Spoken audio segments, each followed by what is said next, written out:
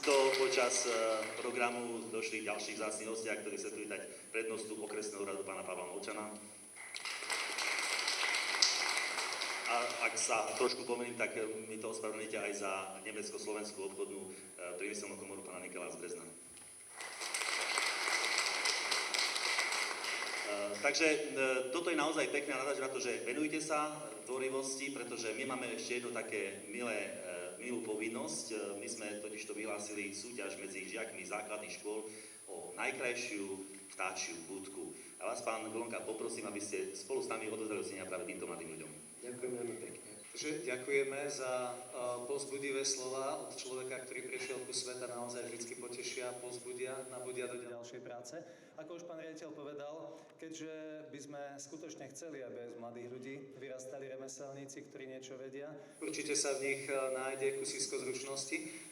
Rozhodli sme sa zorganizovať pre základné školy súťaž o opracovaní dreva, ako sa teda akože mladí žiaci zhostia tejto úlohy. No a pre tému tejto súťaže sme zvolili pre tento rok vtáčiu budku. Dovoľte, aby som vám predstavil všetkých žiakov, ktorí sa zapojili aj s ich výrobkami. No a poprosil by som ich po prečítaní vlastne ich mena, aby prišli sem k nám hore na pódium. Čiže žiaci základných škôl, ktorí ste sa zapojili, pripravte sa, aby ste potom stihli k nám prísť, aby ste nesedeli niekde ďaleko. No a môžeme si pozrieť, predstaviť jednotlivé budky. Takže číslo 1 má Jan Pavol Rákoš zo základnej školy Juh, 7. ročník. Poprosím k nám. Číslo 2 Erik Meňky, základná škola Kukučínova, 8. ročník. Takisto poprosím, sem hore.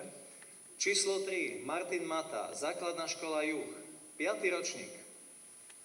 Číslo 3 pôvodne sme prisúdili aj druhú budku Martinovi Matovi, pretože s týmito dvoma budkami prišiel len jeden sprievodný list. Nakoniec vysvetlo, že táto budka druhá je od neznámeho autora, ktorý nám bohužiaľ nepripojil k tomu žiadny popis ani nenapísal svoje meno. Tak pokiaľ niekto spoznal svoju budku, môže prísť sem k nám na pódium a dodatočne ho predstavíme. Číslo 4 Dominika Bodorová, základná škola Bernoláková, 7. ročník. Číslo 5 Ester Maľudiová, základná škola Vyšný Žipov, 9. ročník. Číslo 6 Jozef Kuruc, základná škola Kukučínova, 8. ročník. Číslo 7 Branislav Bodor, základná škola Bernoláková, 5. ročník. Bodorovci majú vtáčie budky v rodine. Číslo 8 Rastislav Polahár, základná škola Soľ, 7. ročník. Číslo 9 Jakub Varechaj, základná škola Zamutov, 6. ročník. Zamutovčania boli veľmi usilovní, poslali nám naozaj pekné budky a veľa, čiže patrí im veľká pochvala, mohli by ste ich odmeniť aj potleskom, skutočne.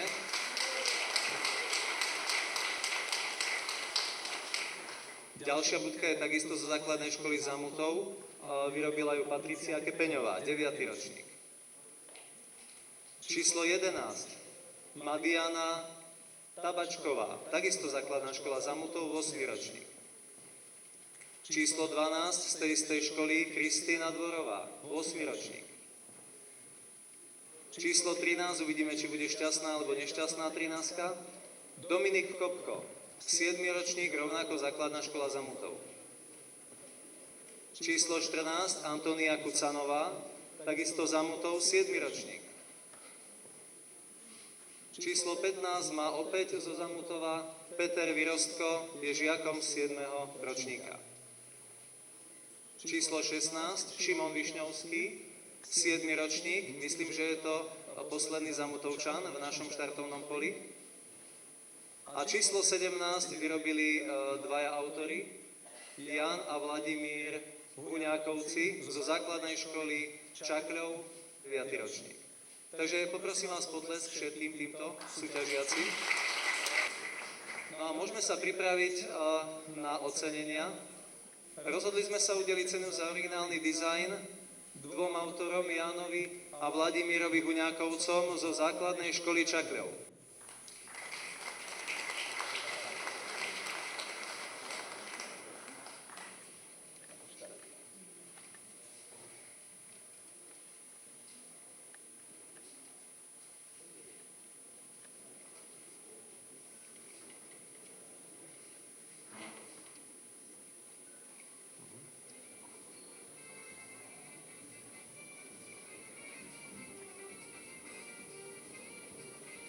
Vidíte, že ich budka naozaj je netradične stvárnená, je doplnená maľbou.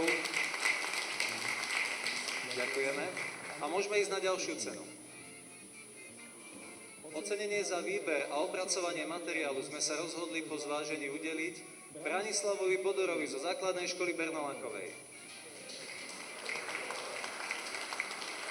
Chcel by som podotknúť, že Bráňo je žiakom 5. ročníka, čiže ak sa pozriete dobre na budku, pomer jeho výšky, veku a kvality vykonanej práce je obdivuhodný. Ocenenie za najkrajšie krmitko získava Diana Tabačková zo základnej školy Zamutov. Súťaž je síce zameraná na vtáčie budky, ale niektorí doniesli aj tzv. Krmitka. A z týchto krmitok sme vybrali skutočne akože najlepšie stvárnenie, využitie materiálov, netradičné, vlastne vidíte okopírovanie toho podnosu krmitka vlastne prútim, veľmi originálne. Ďalšie ocenenie sa týka originalitu nápadu a prevedenia a to získava Jozef Kuruc zo základnej školy Kukučinovej. Jozef Kuruc urobil veľmi zaujímavú budku, vidíte, že je celá vlastne dookola oblepená a pokrytá kôrou, skutočne taká prírodná ekobudka. Tretie miesto získava Rastislav Polahár zo základnej školy Soľ.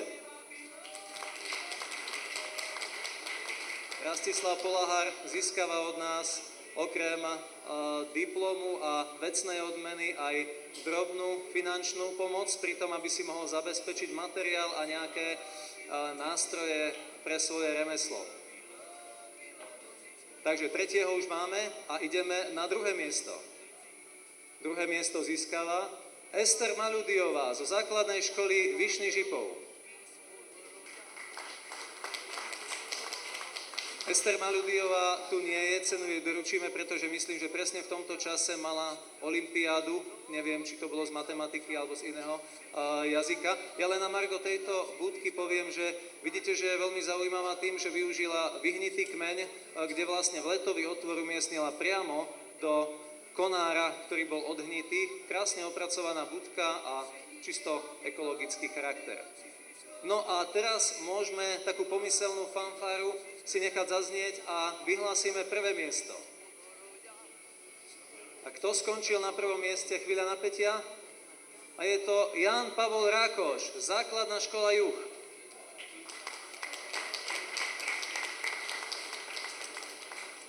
Ján Pavol Rákoš je žiakom 7. ročníka. Budku veľmi zaujímavo dizajnersky vlastne vytvaroval. Opäť sa snažil použiť len prírodné materiály, veľmi odolný dub voči poveternostným podmienkam. Vidíte, budka má svoju kôru, je správne určená pre typy vtáctiev. Väčšina budok, ktoré sme dostali, bola určená pre síkorky a drobné vtáctvo. Boli tam samozrejme potom aj trošku väčšie kusy. Takže teraz by sme chceli ešte odmeniť vlastne všetkých ostatných žiakov základných škôl, ktorí sa zarobili niečo naviac, niečo, čo mnohí neurobia, ostanú sedieť, ako povedal pán Golonka, doma pri počítačoch, že poprosil by som našich šarmantných asistentov.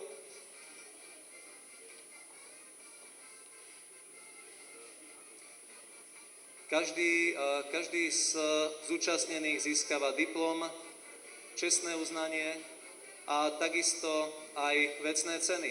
Chceli by sme sa týmto poďakovať spoločnosti Generali, ktorá nám poskytla vecné ceny do tejto súťaže a tým pádom vlastne motivovala našich súťažiacich ku ďalšej činnosti.